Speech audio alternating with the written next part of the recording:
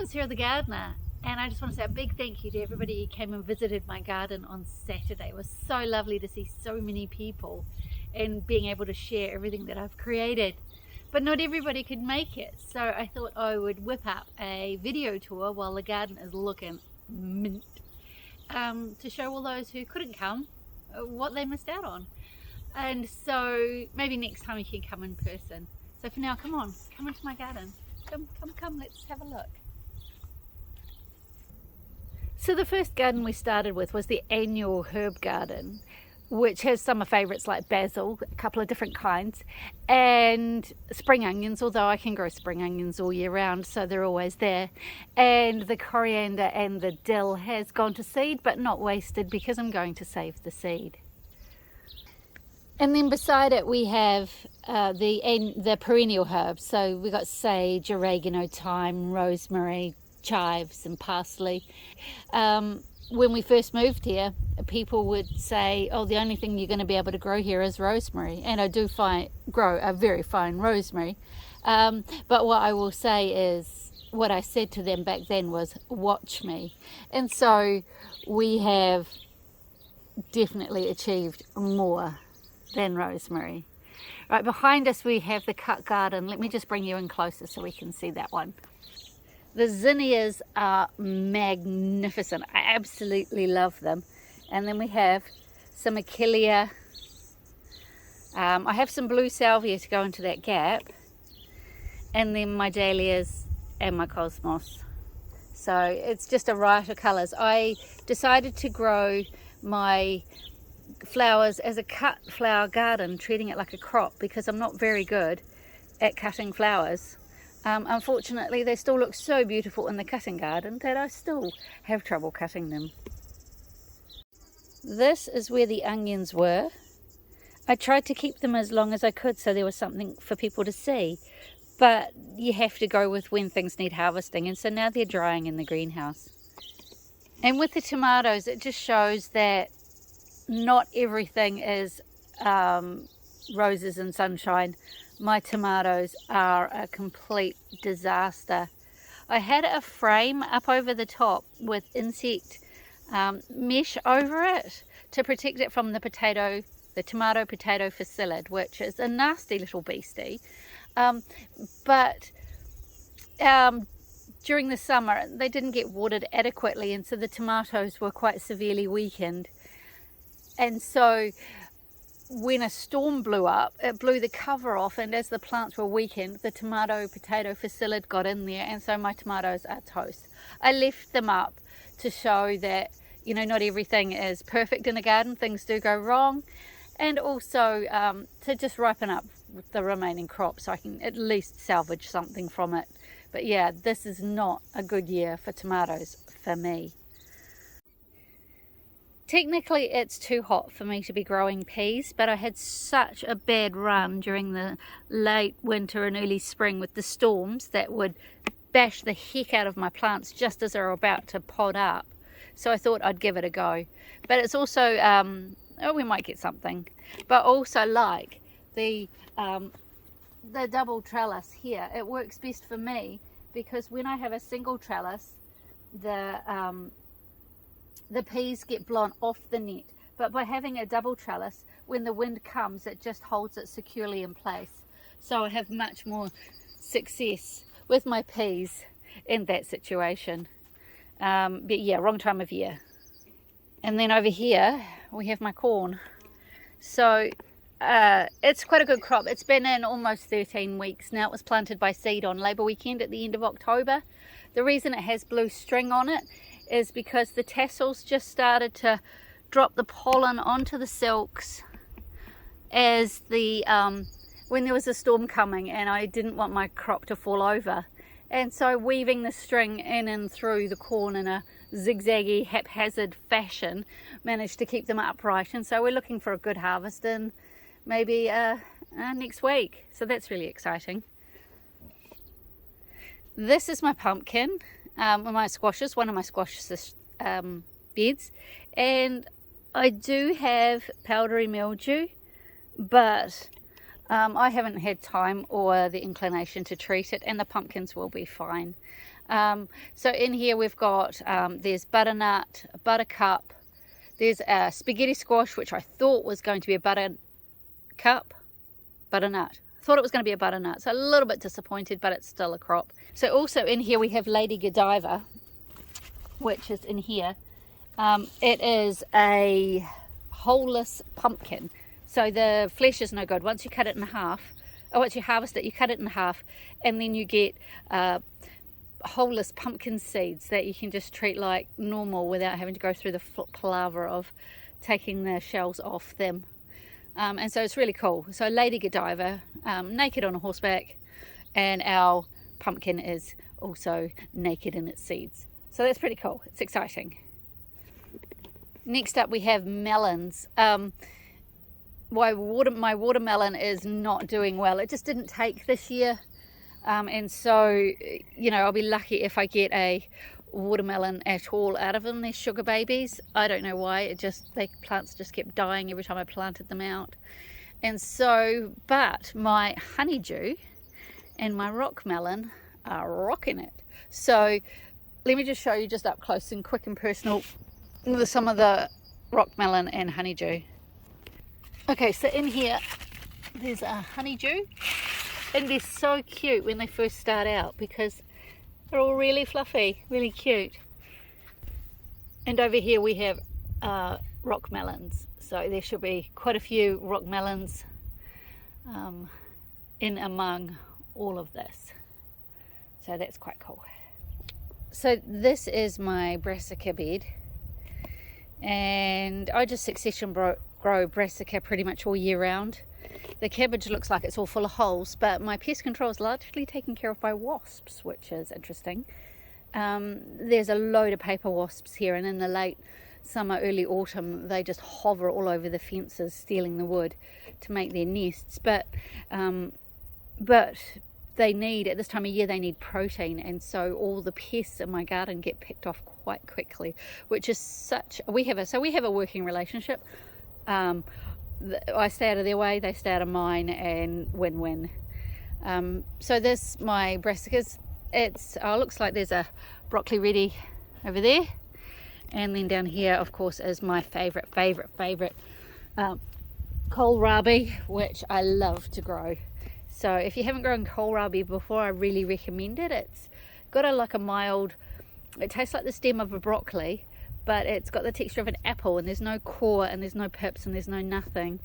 And so when it's the size of a tennis ball, you just harvest it, peel it, and you can either dice it up into chunks and steam it and cover it in cheese sauce, or grate it into a coleslaw. It's so versatile. We love it. So that is my brassica bed, and I will continue to succession sow right through the winter because I can.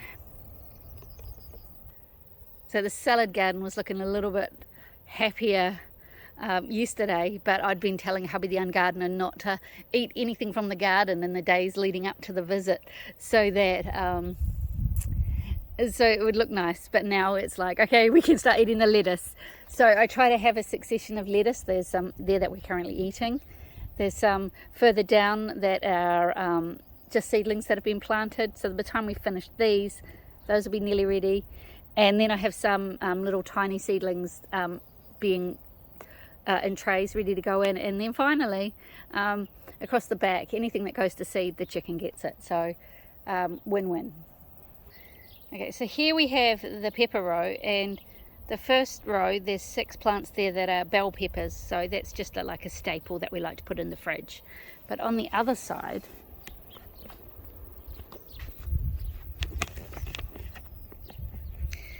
we have some fun things, like this one here is Anaheim, and I've always wanted to grow Anaheim. I heard it was really good for stuffing, but when it came to ordering it, it was either never available or I forgot that I actually wanted it.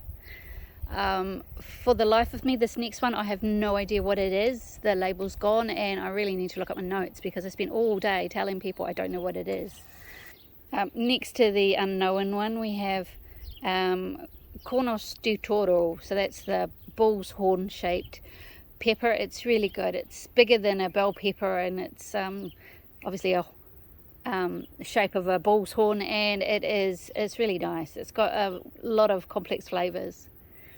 And then we have the jalapenos, which I love because it is use it to make cowboy candy, which is one of my favorite things to do. Then next to the jalapenos we have habanadas, which are habaneros with no heat. So what you would taste, oh, there's a bug.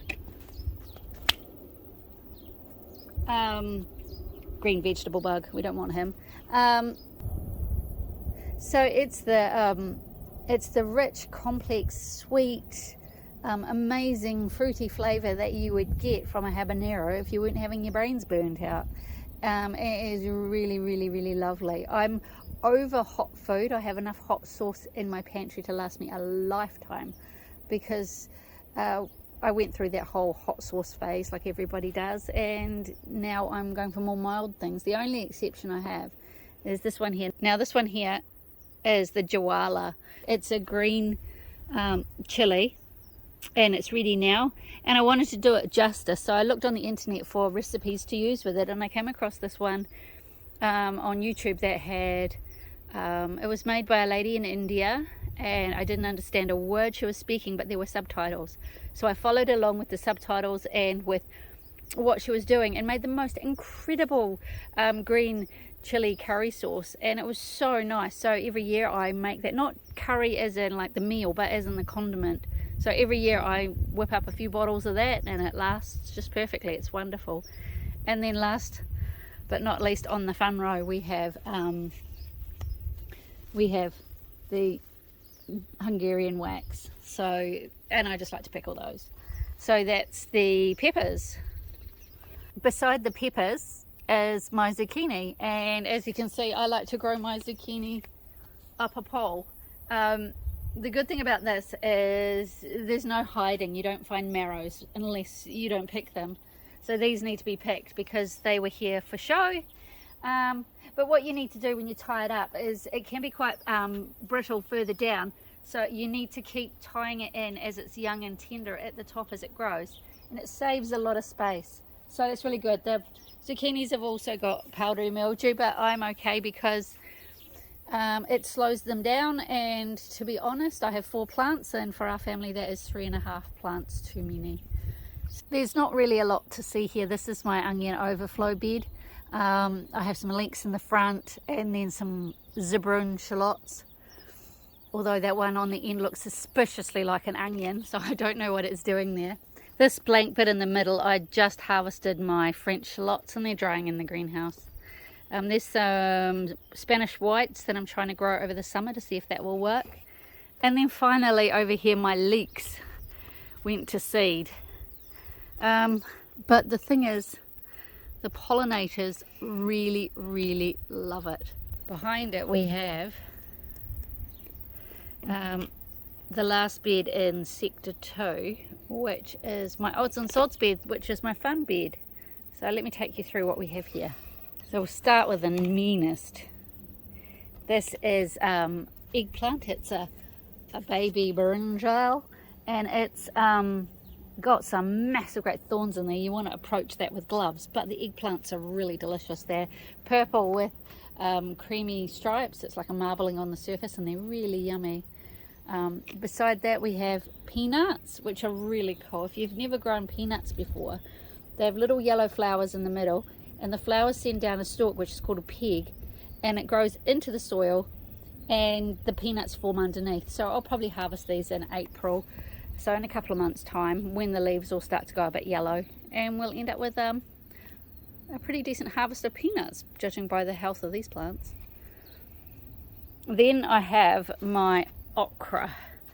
So the okra is looking good. Being as it's in the hibiscus family, it makes me think that maybe I should grow some hibiscus. The thing with this is, if you're going to plant it here in New Zealand, don't plant it out till it's really warm. Even here in my frost-free environment, I don't plant them outside until mid-November, because if it's too cold, then all their leaves fall off, and then it stunts them and slows them down. So but there's a load of okra on here that I need to harvest. Well, there's 4 of them. I need to harvest today. I left them on so there was something for people to see. But yeah, there's these are at a good size. So that's a good size to harvest. I grow the burgundy ones rather than the Clemson spineless because these seem to not get as woody so quickly as the green ones, and so it gives me a little bit of grace when it comes to planting, harvesting them. Behind the okra is some edamame. I've already harvested a whole load right before Christmas.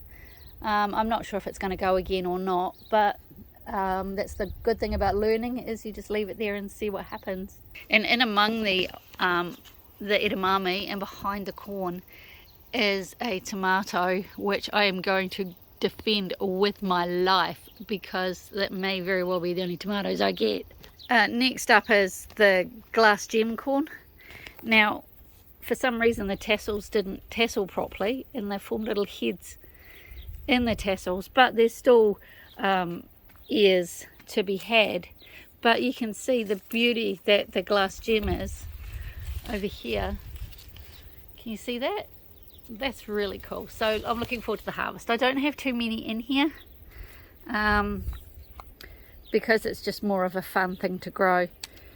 Now I have 3 corn in my garden. So I have the glass gem that's here, and then over there is the sweet corn. Now if I swing back slowly. Swing back slowly. Over here is popcorn.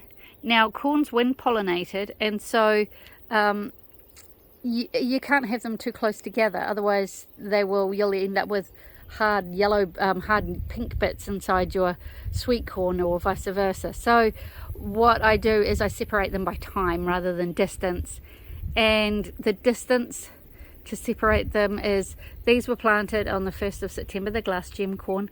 The sweet corn was planted on Labour weekend, so end of October, and then the popcorn was planted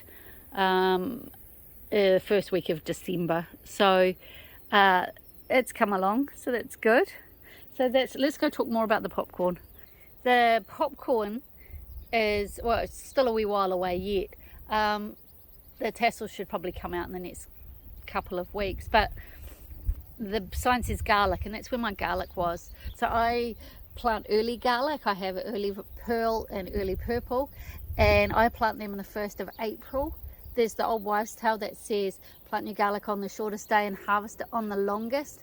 But I find using these early varieties and starting them in April means that the garlic can get enough of a head start, so that when it eventually gets going, when the rust does hit it, because it will, rust is really bad here at the minute, and I know many people over the years who have stopped growing garlic because of the rust. And so what I find is by starting the garlic early, then the garlic is in a healthier state to take on the rust, so that there is a harvest when the time comes. And then the other thing as well I find with the garlic is I save my best seeds. It's really hard, my best cloves. It's really hard when you got big fat bulbs and you got these little tiny mingy ones. But save the best and the biggest ones to replant next season. It takes 3 years for the garlic to acclimatise to the environment with which it lives in. And so instead of like coming from Southland where it's freezing cold and all of a sudden it's like, okay, here I am trying to grow in this warmer environment and I don't know what's going on, and now this rust is attacking me and it's all too much. If you plant your own, you're like, okay, I know where I live, this is good, I'm familiar, I'm okay, let's go, let's grow. And so that's one less stressor that it has to worry about as it faces the things that life throws at it, like the rust, and you get a better chance of a better harvest. And my garlic harvest over the years is definitely on the increase and improve in spite of the rust. I also preventatively spray with copper for the rust, or a fungicide, because I know that the rust is coming. I alternate my sprays so that there's no familiarity breeding contempt in my garlic patch. So that's what I do with my garlic. Beside the popcorn garlic, I have my beans. Now what I have growing up this trellis is snake beans or yard long beans, and you can see there's one here that's really long. I hope you can see that. This seems to be a later plant for me. I mean, come in a month and the trellis will be overwhelmed with the plant, but it's not in the same family as beans, but it tastes like beans, so you can use it the same way as beans, which is really cool.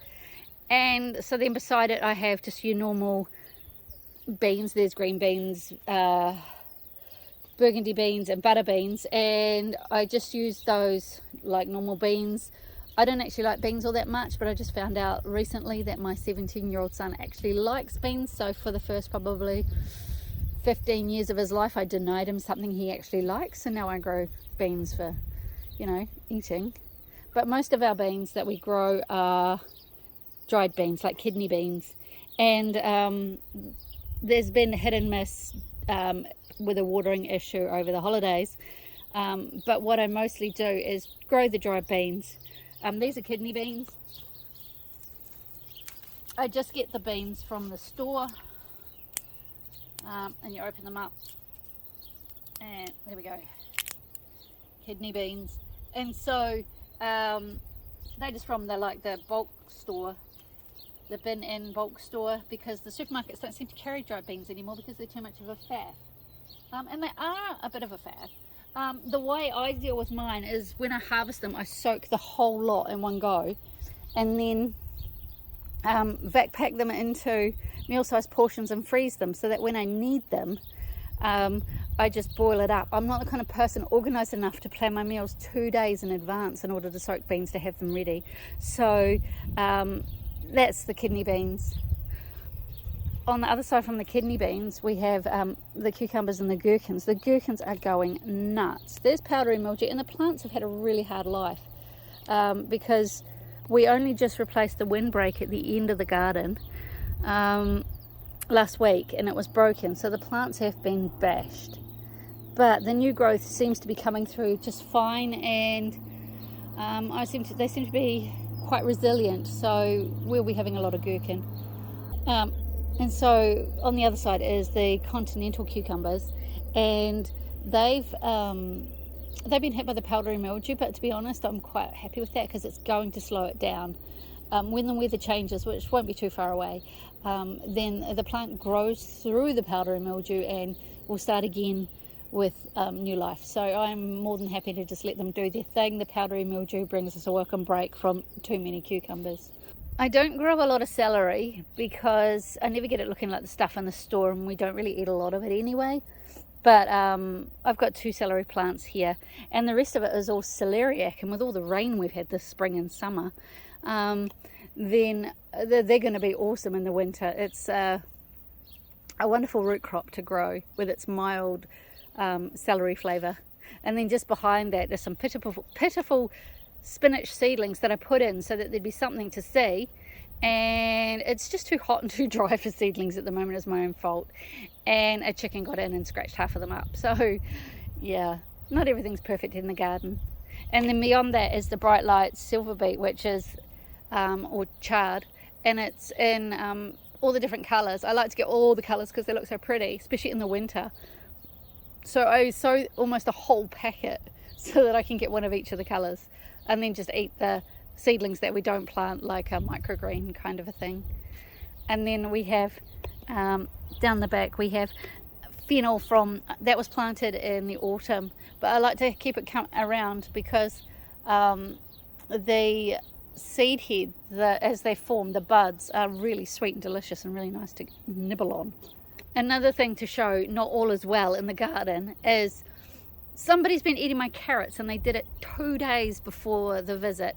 So obviously small enough to get into the net, but not too small. So it's not birds, or could be rats, I don't know. But yeah, I've struggled with just carrots in this spot this year, and it's been horrible.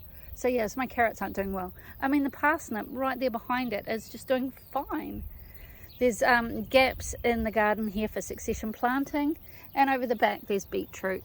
And the beetroot could probably have been harvested like a week or so before the visit, but I wanted something to be there. Otherwise it would have been, oh, you should have been here. This is where that was, and this is where that was. So yeah, it's a bit of cosmetic reasoning at this point. So this week I will be processing beetroot. Fun. So down here we have the potatoes. Once again, they probably should have been dug up ages ago, but I wanted, something to show. And we've just been digging them up and eating them as we go. But long term, that's not a good idea. So I'll dig up all of them in the very near future and store them away. Next to the potatoes is the asparagus at the end of sector 3. The asparagus starts giving us goodness around about August, and then the last harvest is Christmas Day, and then you let it frond up and you leave the fronds until they go yellow, and then you cut them down again and enrich the bed with compost and blood and bone and things like dynamic lifter, and then you wait, and then they come again in August. These plants are probably 4, maybe 5 years old, so we're into eating all of them at the same time, which is great. Now, if you were here, you may have noticed this is one of my irrigation hubs, and how it works is I plug in my Gardena 6-hose water distributor, and each of the 6 beds in the sectors of the first 6 beds are all connected underground to this hub. And then down at the end here I have a water computer that controls the watering. So I plug in the hose to the distributor, I plug in the hose to the computer, push go, and it will water 6 beds. And then each day I move the trolley to the next station so that each bed gets watered. I water once a week for 9 minutes, and with the combination of the sand soil, which surprisingly holds the soil really well, and the swamp soil that is in the beds, I only need 9 minutes once a week in all of the beds. Occasionally things will need topping up, but for the most part 9 minutes every day, every week. And yeah, and that's how it does it. I can tell that it's just any more than 9 minutes is too much, because it floods out the bottom of the bed. So that's a really good sign. Here we have Jerusalem artichoke. I'm not sure I actually like the tubers, but it's a nice fun plant to grow, and the flowers, when they pop up, they're like little miniature sunflowers, and they actually smell of chocolate, so it's really quite cool. Fun thing to grow. Up these steps is my swing seat, and I love it. It's like it's set that your feet can't touch the ground, so you feel like you're 5 years old when you're having a swing. But I like, at the end of the day, hubby the young gardener brings me a cider, and we sit and we admire the garden, and it is such a lovely place to sit, admire all the work, and watch the sun go down. And here we have the dome, and it is pretty cool. It's an amazing geodesic biodome.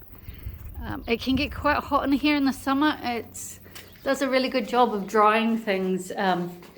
So down here is my shallots and my onions just drying, curing before we put them away. And then some oregano just drying so that we can use dried oregano in the winter. I keep it cool with fans in the summer if I have to have anything in here, but it'll come into its own in the next few weeks as the temperatures drop. And over the winter and the summer, the spring, it's just a magnificent thing. It did become like a little bit of a Nigerian scam. It started out when we first relocated our house in 2018. It was up on jacks with a removal truck underneath it, and there was a storm. It was an awful storm. It was recorded at Manukau Heads, which is about 40k north on the coast. It got recorded there, gusts of 212, and I would believe that 212 kilometers per hour. And so the greenhouse I had picked out was your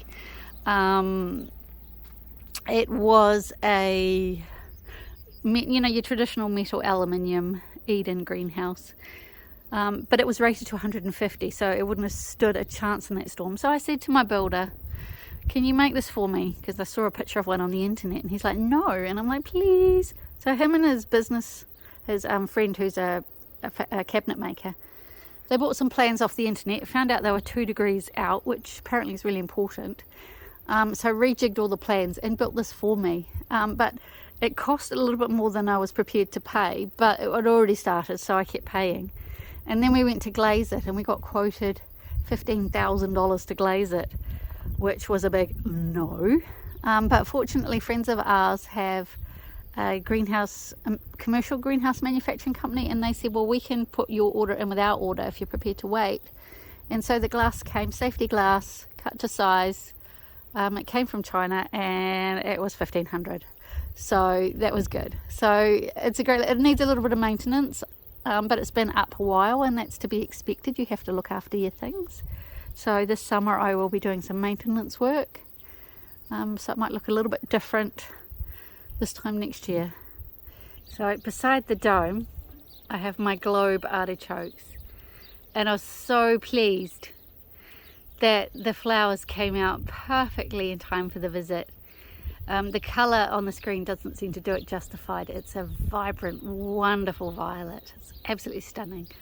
And then here we have some kumara, so I'm looking forward to a really good harvest. The sign says yams, but I've given up growing yams. There's no point. After 14 years of trying and having failure with yams, I think it's just too warm here. So kumara it is. So let's hope we get a really good harvest underneath here.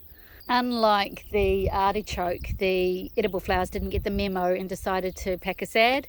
So there should be a riot of orange with calendula and nasturtiums and some pops of blue with the borage and creamy rocket flowers and the blue cornflowers. It should have been beautiful. And on Christmas Day we had amazing ice cubes filled with all the flowers. It was absolutely stunning, and now you have to imagine what it would be like. And then beside these I have a flower bed that I'm trying to do like a border, but for the life of me, without looking up all the names, I can't remember them. There's some beautiful frilly petunias there in several shades, which absolutely stunning display, but I can't remember what else. So I'll do a video maybe later on when it's looking a bit more filled in and talk about that in depth. Now, a couple of days ago my rhubarb was looking lovely, and I was so pleased to be able to show it off to everybody, and then we had a storm and it knocked all the leaves down, so I was a bit disappointed, but we had rhubarb muffins, so all is forgiven. Now, one of the things I've learned, that the windbreak down the end, the protection you get from a windbreak is 2 times the height of the windbreak times 5 meters gives you the protection from a windbreak, and this is where it stops in my garden. So we have built a new set of windbreaks, and it has made all of the difference to the second half of the garden. But there's some interesting things to observe. Firstly, the pumpkins have not been watered as much as they should have been while we were away at Christmas, so they're looking a little worse for wear, but I've got a pretty decent Atlantic giant that I can brag about when the time comes. But the interesting thing is the lush popcorn that you saw earlier, those were in the same tray, and I planted them because I planted them here, so I didn't want to waste them. But a combination of not being watered properly over the Christmas period, and it's hotter behind this windbreak, that they're actually a lot smaller, so I'm not even sure if they'll make it to the end of the season, to be honest. And then behind them I have some Cape gooseberries, some ground cherries, and there's loads in there, so it's going to be a magnificent harvest. And then in front of them,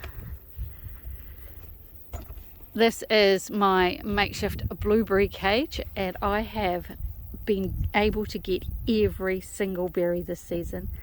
The cage is just makeshift, it's just tied together with string, but as a proof of concept it works, and so I will think over this winter about making something a little bit more permanent to keep my blueberries protected from the thieving birds. This is my strawberry garden, and I wanted a structure to protect it from the birds and other creatures, because I was having possums eat the leaves right down to the nub in the winter, and so it was so frustrating. Just as it recovered, then the possum would come back again and eat it again. And the thing with caging and netting your strawberries is, if it's just with the netting, the birds can get stuck in it, and that's really heartbreaking to find a bird that's tangled up in one. But also, if it's not easy to access the strawberries, then I'm sorry, I hate to say it, but I won't harvest them because it's too much of a pain. It's not like I intend not to, but if it's pain, I find it really difficult to do, so it doesn't get done. So we designed this, and it's really, really, really simple.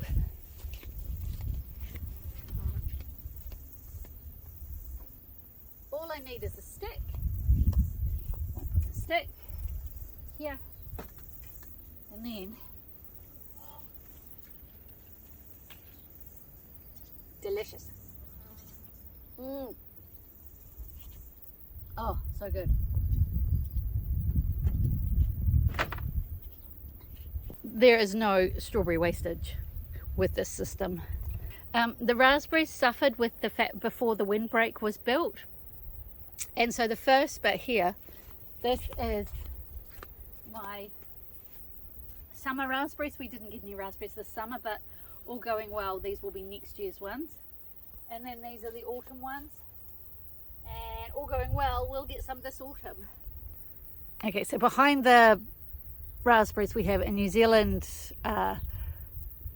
cranberry, cherry guava, white currant, black currant. The red currant died, I need to replace that, and pepino. Now, I've never grown pepino before, and it is prolific. There's just thick with them through there, but I'm not sure about the flavour. So try everything once and the fun things twice. If we don't like it, it will be coming out. And speaking of things that we won't be growing again, what we have here is a chombochino. It's like a glorified zucchini. I'm not sure I really like it, but it's got a second chance because apparently you can let it mature like you would a pumpkin and then try it that way. But as a young thing, nah, I'm not happy with it. But what I am happy with, oh, you have to check this out. These are my bottle gourds. Look at the size of those. So I'm just going to leave those to dry on the plant. And there's loads of them. There's more over there. Oh, so many. And so I can have fun with those once they're dry. Might make myself a set of salad bowls by the look of this. And then over the back we have some beautiful gaura, gladiolis, and there's some cosmos and some dahlias in there. Just a beautiful splash of colour at the end of the garden. So that was the vegetable garden part of the garden tour. So there's just a couple more places I want to show you. So come with me, come on, come on. Oh, it's good to put your feet up for a minute though, I've got to say. Whew. Right, come on, this way.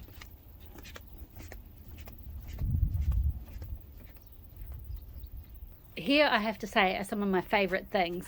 I'm not very good at watering plants in containers, but here we have down there is a Gardenia Aqua Bloom, and it is a solar powered timer. So the water just stays in that bucket there, it catches off the guttering, and it's on a timer, and so every day it just waters my beautiful plants in containers. That looks dead because it's bulbs. It's not an indictment on the watering. And so it keeps them lovely and lush and not brown and crispy like they would be under my watch. And then also there's a system up the wall, a Nature Up, which is also run by Aqua Bloom, and it has drip built into the system. So that's really cool. Now up these steps is the palace.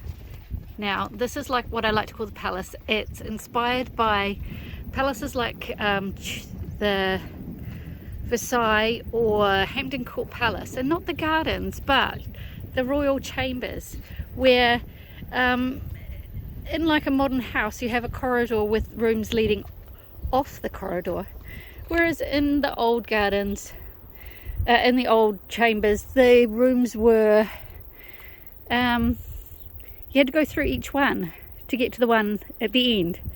And so that's the whole concept of this garden, is eventually I'll have a whole series of gardens running along this row that are just as opulently different as the ones in the royal chambers, and you have to go through each one to get to the end.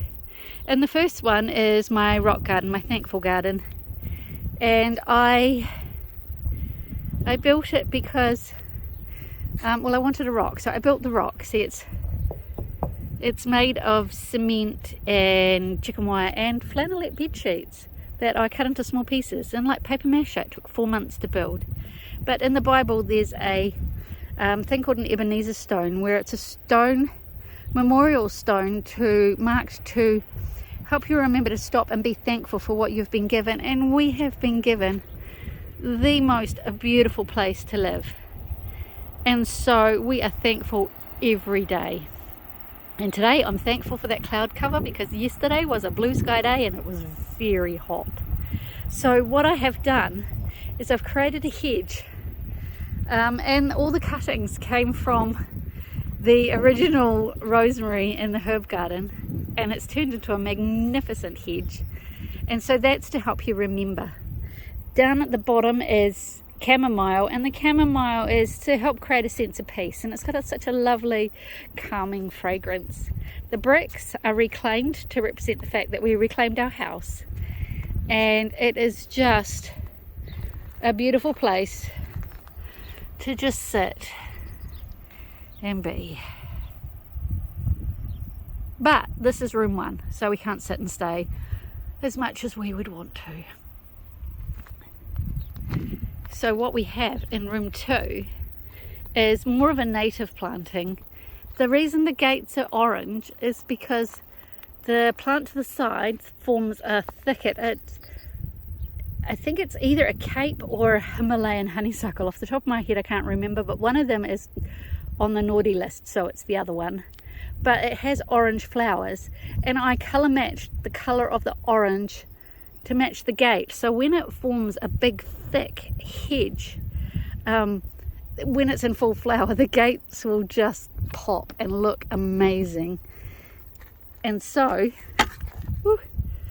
okay, so up the path we have Carrick's, Coleman's Green and Coleman's Bronze. There's Libertia grandiflora, New Zealand iris, mountain coastal flax, which is smaller than the regular flax, and then there's southern toitoi, which is also smaller than the normal toitoi, not to be mistaken for pampas. And then of course cabbage trees. And this is just a young garden. I just finished it in the winter of last year, so it will take a wee while to get it strapped, but once it does, it will be amazing, and I'm really looking forward to seeing it mature. If we were to follow into the next gate entrance, this one here, I'm thinking maybe this will be a dining room. What do you think? If we create a cozy little spot with an outdoor table and fairy lights worthy of a Pinterest picture on a summer evening. I can see it now. So that's the next garden to be designed and planned. So watch the space. I can see it in my head. A lot of work ahead. It won't be started tomorrow. But there's one more thing with this garden here as well. So we come up these steps. This is Molenbeekia on the side here, and it's just naturally in the hill if you kind of look closely over here. And so I just pull the cocuia out of it as I see it, and you get a lovely hedge that just clips so nicely. I haven't had to do anything really. And then we come up here, and this is my first attempt at bricklaying, and I'm quite pleased with it. Now, it's not just a plinth for a sundial, which to be honest I haven't actually pinned it down yet, because when we came up here with the glue it was cloudy and we couldn't see the time like today, so, and we haven't managed to get back up with the glue. But it's also a compass, so if you're standing here looking out at the sea, west is over there, so, and north North is behind us. So you're heading, that's towards Auckland town centre, city, and then south. So it's pretty cool, but also it's more than that. Within here, as I was bricklaying it, there was a cavity, and so I thought, what the heck? So I turned it into a time capsule. So in here is all the usual things: newspapers, coins, receipts and flyers to show the price of things, but also a Kiwi Gardener magazine that shows an article about the garden, and also tomato seeds, because I saw a fellow on YouTube grow some 100-year-old tomato seeds and it worked, so why not? And a bottle of red, because, well, red keeps, doesn't it? So there we go, a bottle of New Zealand's finest. And so that is the tour you would have got if you'd come to my garden on the garden tour. But not all. There's just one last thing that if you'd been at the garden visit, you would have had. So come with me, come on. Let's go.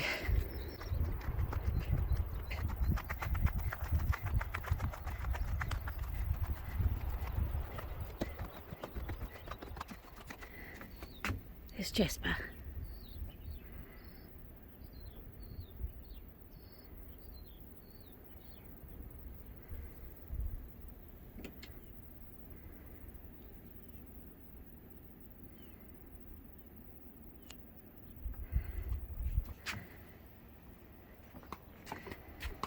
Oh, I forgot to show you.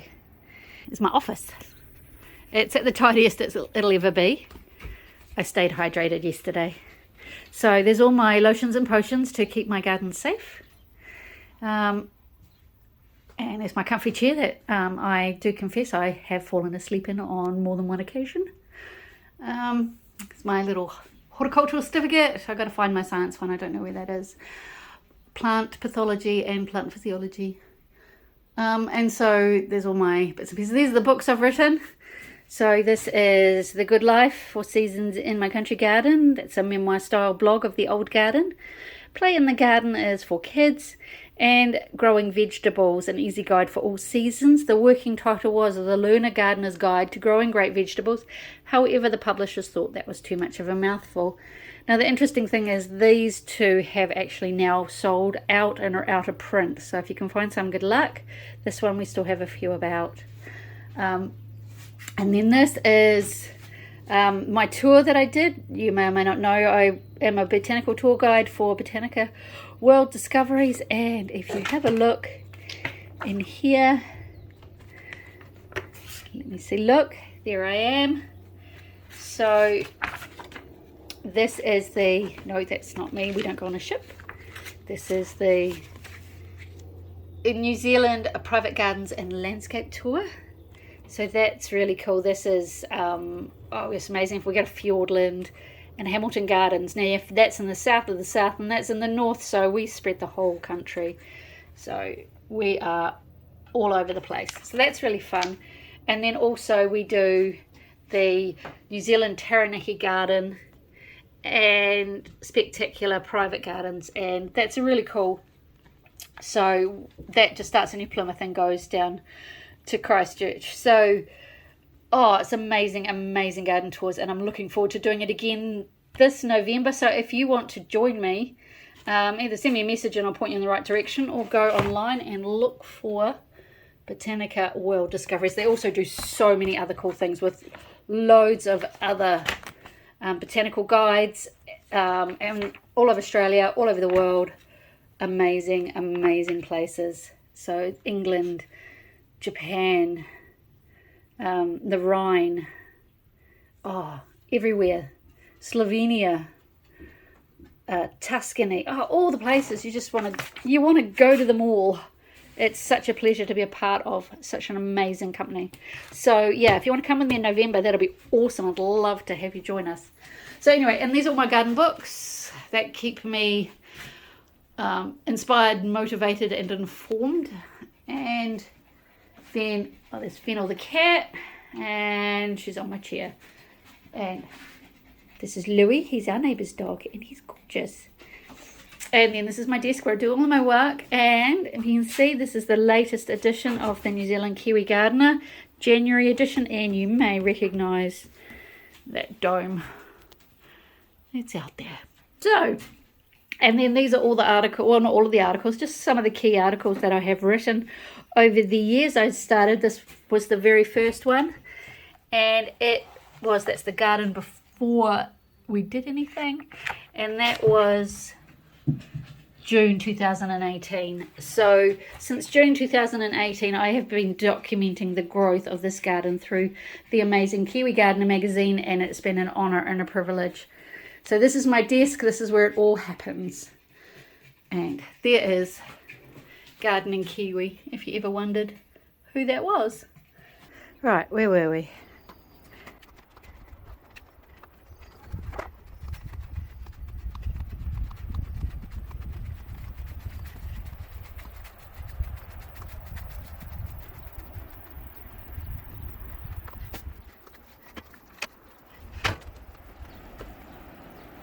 At the end of the tour, you would have been offered a cool, refreshing drink or cup of tea while you took in the view. And at the end of that tour, you needed a cool, refreshing drink. Cheers.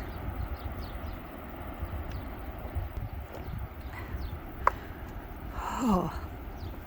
Now, I just want to say a big, huge thank you once again to everyone who came and visited my garden. I really, really appreciate having you all come and share. And if you didn't, I hope you enjoyed this video. And maybe next time you can come. Oh. Thank you so much for watching. Take care. Bye-bye.